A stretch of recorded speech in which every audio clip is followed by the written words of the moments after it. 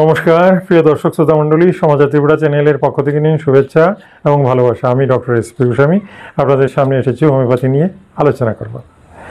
Homeopathy সমুদ্র, বুঝতে পারছেন তো? আটলান্টিক মহাসাগর বলতে পারেন, প্রশান্ত মহাসাগর বলতে পারেন। এখন সমুদ্রের মধ্যে কিন্তু মণি মুক্তা, একেবারে ধনরত্ন, অসংখ্য সম্পদ রয়েছে। হোমিওপ্যাথির মধ্যেও সেরকম খুঁজে নিতে হবে, জানতে হবে। ডুবুরির মতো ডুবে ডুবে সব কিছু কালেক্ট করতে হবে। যত কালেক্ট করবেন ততই দেখবেন আপনি সব কিছু পেয়ে গেছেন। বুঝতে পারছেন তো? এই জন্য বলি যে হোমিওপ্যাথি চর্চা করুন। ভাগ্যে নেই, ডাক্তার হতে পারেননি, ডিগ্রি ডিপ্লোমা লাগাতে পারেননি, কোনো ব্যাপার নয়। বাজারে বই আছে, কিনুন, পড়ুন, পড়াশোনা করুন। নিজেরটা একটা দুটো ওষুধ কিনতে পারেন, কেউ মানা করবে না। বুঝতে পেরেছেন? ওষুধ কিনে আনুন, একটা দুটো ওষুধ ট্রাই করুন, খান। তবে জটিল হলে তো আমি বলেছি, জটিল হলে ডাক্তারের শরণাপন্ন হতেই হবে। আপনি যে বই পড়ে একেবারে অ্যানাটমি জেনে যাবেন, একেবারে বিএইচএমএস কোর্স কমপ্লিট করে ফেলবেন, একেবারে সাংঘাতিক সুন্দরভাবে আপনি সব কিছু জেনে যাবেন, তা কিন্তু সম্ভব নয়। ডাক্তারি শাস্ত্রটা আসলেই জটিল। আর এই জন্যেই ডাক্তার হতে গেলে ভালো পড়াশোনা করতে হয়। ভালো রেজাল্ট না হলে এমবিবিএস এগুলো করা যায় না, চান্সই দেওয়া হয় না। এন্ট্রেন্সে ভালো রেজাল্ট করতে হয়, তারপরে না চান্স পাবে। বুঝতে পেরেছেন তো? আর এই জন্যই বলি যে যারা দুর্ভাগ্যবশত ডাক্তার হতে পারেন, তাদের তো বাঁচার অধিকার তো আছে। তো কী দিয়ে বাঁচবে? অনেকে দেখেছি আয়ুর্বেদিক জড়িবুটি নিয়ে চর্চা করে। এটাও একটা লাইন, ভালো লাইন। কারণ কি, দেখুন প্রত্যেকটা জিনিস, যেমন কাঁচা হলুদের রস খেলে লিভার ভালো হয়, জানেন তো? মধু মিশে খেলে ভালো হয়। আয়ুর্বেদের কিন্তু অনেকগুলো চ্যানেল আছে, দেখবেন ইউটিউবে। এটা ওটা ফল থেকে, সবজি থেকে, এটার থেকে ওটার থেকে কালেকশন করে। যেমন কালো জাম সুগারের জন্য ভালো, কালো জামের গুঁড়া, কালো জামের বিচিকে গুঁড়ো করে, শুকিয়ে গুঁড়ো করে খান, সুগারের জম সুগার কমে যাবে। এরকম অসংখ্য জিনিস আছে। ফল থেকে বাঁচার মতো অনেক রাস্তা আছে। করলা, তেতো করলা এটাও ঔষধ। নিম, এটাও ঔষধ, কিন্তু এগুলো সব আয়ুর্বেদ। প্রত্যেকদিন নিমের পাতা ভেজে খান, অনেক রোগ ভালো হবে। তারপরে পেয়ারার পাতা চিবিয়ে খান, অনেক রোগ ভালো হবে। বুঝতে পারছেন তো? তো বাঁচার স্বাধীনতা সবারই আছে। যেটা নিয়ে পারেন চর্চা করুন, যেটা নিয়ে পারেন পড়াশোনা করুন, যেটা নিয়ে জানতে চান জানুন, আর তারপর নিজেই ট্রাই করুন। এখন প্রশ্ন হচ্ছে, আয়ুর্বেদের কথা বলছি।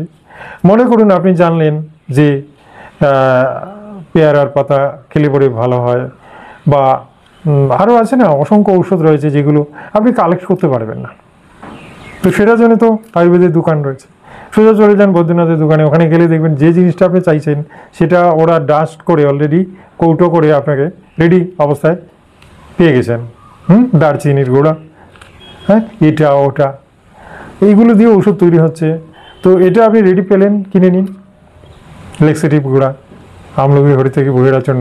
আপনি তো কালেক্ট করতে পারবেন না, গাছের নিচে গেলেও পাবেন না, কেন মানুষ সব তুলে নিয়ে যায়।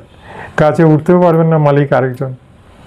তাহলে কি করবেন? সোজা চলে যাবেন আয়ুর্বেদ দোকানে, সেখানে গেলে ওগুলো দেখবেন রেডি আছে। অমুকারিষ্ট তমুকারিষ্ট আছে, তো পয়সা হলে আমি কিনে নিই।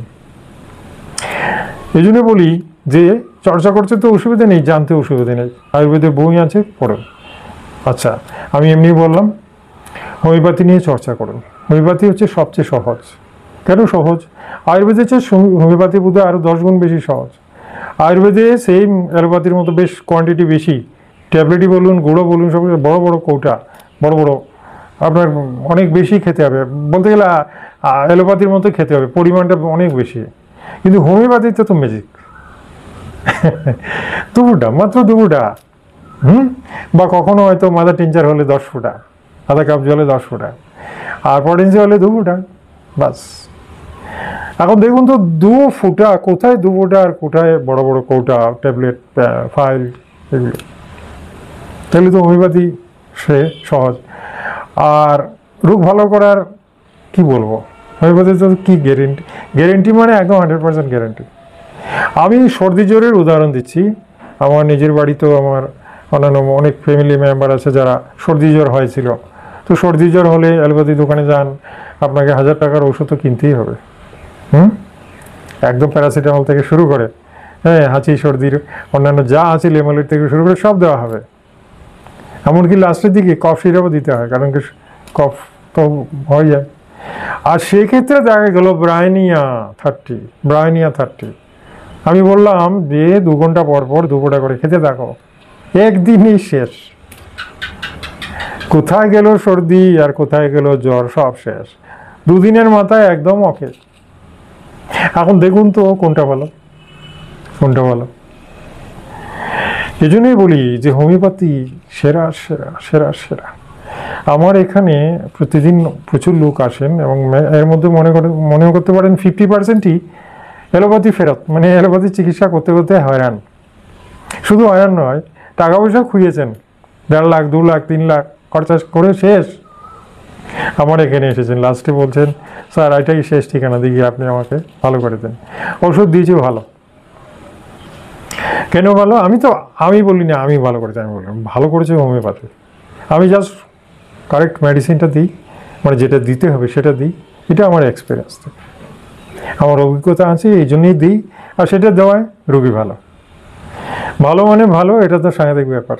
যিনি ভালো হলেন তিনি বুঝতে পারছেন যে এই ভালোর ব্যাপারটা কত মানে মর্মান্তিক। আর এই ভালো হওয়ার জন্য উনি 2 লাখ টাকা খরচা করছেন, ভ্যালুর গিয়ে ভালো হতে পারেন না। আর শেষে কিনে আমার এখানে এসে 2টা ঔষধ 7 দিন 10 দিন 15 দিন 1 মাস খেয়ে সুস্থ। তো তখনই ওনার কাছে সবচেয়ে আশ্চর্য লাগে, এবং উনি বিশ্বাস করেন যে সত্যি হোমিওপ্যাথি সেরা। ডক্টর এসপি গোস্বামী কি বলবো, ওরা বলেন আমি নাকি ভগবান। আমি কখনোই এত বড় কথা বলবো না। ভগবানের কাছে আমি ক্ষমা চাই। মানুষ আমাকে কেন ভগবান বলে, ভগবান না বলাটাই উচিত। আমি ভগবান কি করে হব? কোথায় ভগবান আর আমি ভগবান? কিছুই না। আমি একজন হোমিওপ্যাথি ডাক্তার, আমি প্রপার মেডিসিনটা দিই বলি রোগী সুস্থ। এটা যে কেউ করতে পারে। এই তো আমার ভিডিও দেখে বাংলাদেশের একজন মুসলিম ভদ্রলোক, উনি শুরু করে দিলেন গাঁওগঞ্জে চিকিৎসা শুরু করে দিলেন। হ্যাঁ, কিছুদিন পরে উনি আনন্দে আত্মহারা হয়ে আমাকে মেসেজ করলেন, বললেন স্যার আপনার ভিডিও দেখে রোগীকে ওষুধ দিয়ে আমি তো অল্প সময়ে জনপ্রিয় হয়ে গেছি, আমার এখানে ভিড়, আমি তো অবাক হয়ে গেছি স্যার, সব কিছু আপনার আশীর্বাদ, আপনি আপনার প্রণাম নেবেন। কি বলবো, এটা তো হোমিওপ্যাথির ক্রেডিট। আসলে কিছুই না, সঠিক ওষুধ দিলে সব রোগী ভালো। বুঝতে পেরেছেন? আসুন, ভূমিকা শেষ, এখন আমি মেইন কথাটায় আসছি। আজকে আমি যে ব্যাপারটা নিয়ে আলোচনা করব সেটা হচ্ছে চোখ। এখন চোখের কিন্তু মেজর কমপ্লিকেসি যেটা আছে, মেজর কমপ্লিকেসির মধ্যে অনেক কিছু হতে পারে। কনজাংটিভাইটিস আছে, বা চোখ লাল হয়ে যাওয়া, চোখে জল পড়া, এটা ওটা, এগুলো তো আছে। আবার অনেকে আছে, মনে করুন বাড়িতে বয়স্ক লোক আছে, এমন কিছু না, কিন্তু ডেইলি চোখে যেন সমস্যা, মাঝে মাঝে চুলকায়, মনে হয় কিছু একটা যেন চুল লেগে আছে, না হয় বালির দানা পড়ে গেছে, এরকম মনে হয়। তো কিছুক্ষণ চুলকালাম, কিছু আবার পরে ঠিক হয়ে গেল, তারপরে চুলকানোটা যাচ্ছে না, আবার বেশ কিছুক্ষণ পরে ঠিক হয়ে গেল। এরকম নানা মানে এই ধরনের, পুরোটা কোনো লক্ষ্য নেই। আবার চোখে জ্বালা পোড়াও নেই, হ্যাঁ, চোখ লালও হচ্ছে না, বা কখনো একটু লাল হচ্ছে আবার ঠিক হয়ে যাচ্ছে। তো এরকম অবস্থা কেউই আর ডাক্তারের কাছে যান না, ভাবেন ধুর চলছে তো চলুক, আর কি করব, কত ডাক্তার দেখাবো। ডাক্তারের কাছে গেলেই তো এক কাড়ি টাকাও যাবে, আর এক কাড়ি ওষুধও দেবে, বলবে খাও। আসলে ব্যাপারটা মেজর নয় বলেই সকলেই অবহেলা করেন। যাই হোক, আসুন আজকে চোখের যে কোনো সমস্যা, অনেক কিছু হতে পারে। জল পড়া হতে পারে, চোখ লাল হয়ে যেতে পারে, চোখে করকর করতে পারে, চোখ চুলকাতে পারে, অ্যালার্জেটিক ব্যাপার হতে পারে, রেটিনাইটিস হতে পারে, আইরাইটিস হতে পারে, অনেক কিছু, কনজাংটিভাইটিস হতে পারে, অনেক কিছু। হ্যাঁ, কিন্তু মেজর নয়, মনে করেন হালকা পাতলা অল্প স্বল্প আছে, সেগুলো নিয়ে আপনি চলতে। তাদের জন্য আজকে আমার একটা ওষুধ, এবং এমন একটা ওষুধ বলবো মেড ইন জার্মানির, আমাদের দেশে না, কারণ একদম পিওর মেড ইন জার্মানির। একটাই ফাইল বলবো, একটা ড্রপ ফাইল বলবো, বুঝতে পেরেছেন? এই ড্রপ ফাইলটা একদম মানে কি বলবো, অলরাউন্ডার। আর এটার মধ্যে কী কী ওষুধ দেওয়া আছে সেটা নিয়েও আলোচনা করব। প্রথমে বলি ফাইলটার নাম সাধারণত রেকোয়াজ কোম্পানি হচ্ছে জার্মানির, যেটা ইন্ডিয়াতে পাওয়া যায়। রেকোয়াজের R78, এই রেকোয়াজ কোম্পানির R78 নামে একটা ড্রপ আছে, কিন্তু আই ড্রপ, চোখের ড্রপ। এটা লাগানোর নয় কিন্তু, এটা জানবেন, এটা খাওয়ার, বুঝতে পেরেছেন? এটা লাগানোর নয়। চোখের ড্রপ মানে অ্যালোপ্যাথিতে সব চোখের ড্রপ কিন্তু চোখে দেওয়ার, আর রেকোয়াজে 78 কিন্তু চোখে দেওয়ার নয়, কথাটা মনে রাখবেন। যদি কেউ ভুল করে দেন শেষ, চোখ শেষ, এই ব্যাপারটা কিন্তু খেয়াল রাখবেন।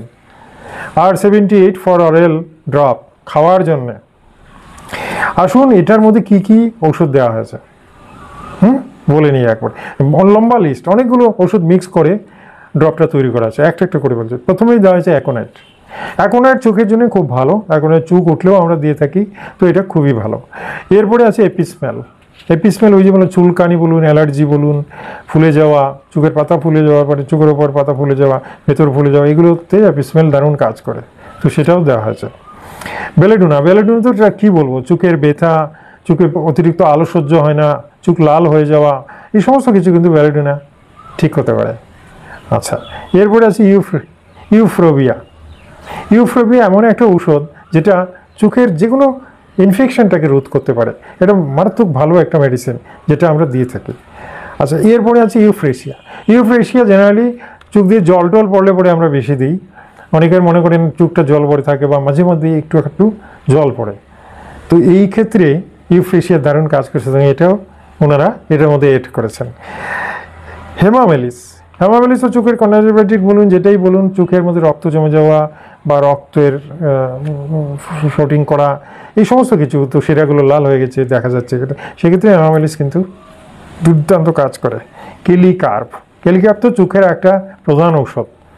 চোখটাকে একদম সংক্রমণ মুক্ত রাখতে গেলে কেলিকার্প ছাড়া উপায় নেই, সবসময় মনে রাখবেন। চোখের স্বচ্ছতা, রেটিনাকে পরিষ্কার রাখা, ওখানে জেলির মতো পদার্থ তৈরি করা, সব কেলিকার্প, হ্যাঁ, সমস্ত কিছু করবে। এরপর রয়েছে রাস্টক্স। রাস্টক্স জেনারেলি এমন একটা ঔষধ, এটা জেনারেলি যেমন গায়ে ব্যথা হয়েছে, ব্যথাজনিত সমস্ত কিছু ব্যাপারে রাস্টক্সকে দেওয়া হয়, কিন্তু এই রাস্টক্সে আবার চোখের রেটিনার ওপরে আলাদাভাবে একটা সুন্দর কাজ করে থাকে। চোখটা ফুলা ফুলা ব্যথা করে থাকা, চোখের মানে পাতায় ধরলে মনে হয় ব্যথা লাগছে, এই সমস্ত ক্ষেত্রে রাস্টক্স কিন্তু ভালো কাজ করে, ঠিক আছে। আচ্ছা, রুটা, রুটা তো আপনারা জানেন যে চোখের স্নায়ুটাকে সবল রাখার জন্য, জানেন, সেলাই করছেন অনেকে, সেলাই করতে গিয়ে চোখে চাপ পড়ছে, আর সেই চাপ থেকে পড়ে ব্যথা সৃষ্টি হচ্ছে, চোখ ঝাপসা হয়ে যাচ্ছে, চোখে ক্ষীণ দৃষ্টি, হ্যাঁ, সূক্ষ্ম কাজ করা যাচ্ছে না, চোখের মানে কিছু কোনো দিকে তাকালে পরে মাথায় ধরছে, এই সমস্ত কিছুতে রুটা, বুঝতে পেরেছেন। সুতরাং এই যে ব্যাপারগুলো, এরপরেও রয়েছে যেমন স্পাইজেলিয়া রয়েছে, স্টেফিসাইগ্রিয়া রয়েছে, সালফার রয়েছে, এগুলো তো মানে একেবারে প্রধান ঔষধ, সবগুলো নিয়ে আর আলোচনা করে লাভ নেই। এই সমস্ত ঔষধ কিন্তু এটার মধ্যে টিনচার, মাদার টিনচার হিসেবে দেওয়া হয়েছে, যেগুলো তো পটেন্সি হিসেবে নয়, এগুলো র মেডিসিনটা তাদের কোয়ান্টিটি অনুযায়ী তৈরি করার সময় দেওয়া হয়েছে, কোনোটা বেশি কোনোটা কম, যেটা যে পরিমাণ দেওয়া উচিত সেটাই দেওয়া হয়েছে। এখন বুঝতে পারছেন তো যে পৃথিবীতে সব কিছুরই সমাধান রয়েছে। এই যে চোখের সমস্যা যারা কম বেশি ভুগছেন, এই R78 কিন্তু আনতে পারেন, আপনি এনে খেতে পারেন, ডেফিনেটলি খেতে পারেন। আপনার হয়তো মেজর কিছু নয়, কিন্তু যে লক্ষণগুলো বললাম অল্প স্বল্প এটা ওটা, সেটার জন্য আপনি খেতে পারবেন, হ্যাঁ।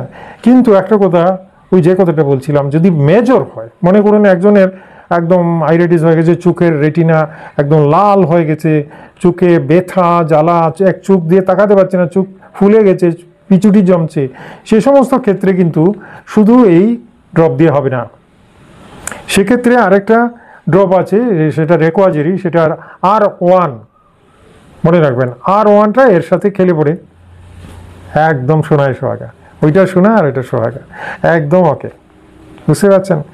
আর কোনো ইনফেকশন বাড়বে না, চোখের ডাক্তারের কাছেও যেতে হবে না, একদম সুস্থ হয়ে যাবে। আচ্ছা, আপনাদের জন্য ড্রপটা খাওয়ার অনুমতি দিতে পারি, কিন্তু R1টা অভিজ্ঞ ডাক্তার ছাড়া দেওয়া যাবে না, কথাটা মনে রাখবেন।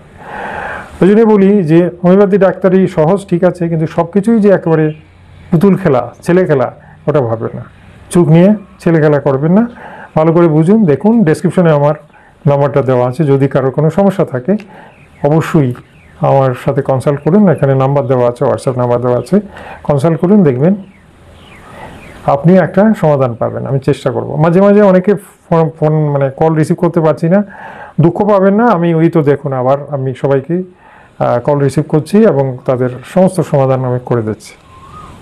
ঠিক আছে, আমার চ্যানেলে আজকে যারা প্রথম এলেন চ্যানেলটাকে সাবস্ক্রাইব করে নিন, বেল আইকনটা টিপে দিন যাতে প্রতিদিন আপনার মোবাইলে আমার ভিডিওটা চলে যায়। আর এই ভিডিওটা ভালো লাগলে একটা লাইক দেবেন কিন্তু, ঠিক আছে? আত্মীয় বন্ধুদের ভিডিওটা শেয়ার করেন। আগামীকাল আরেকটা মূল্যবান ভিডিও নিয়ে আপনাদের সামনে আসবো, ততক্ষণে যেন বিদায় চাইছি। নমস্কার, ধন্যবাদ।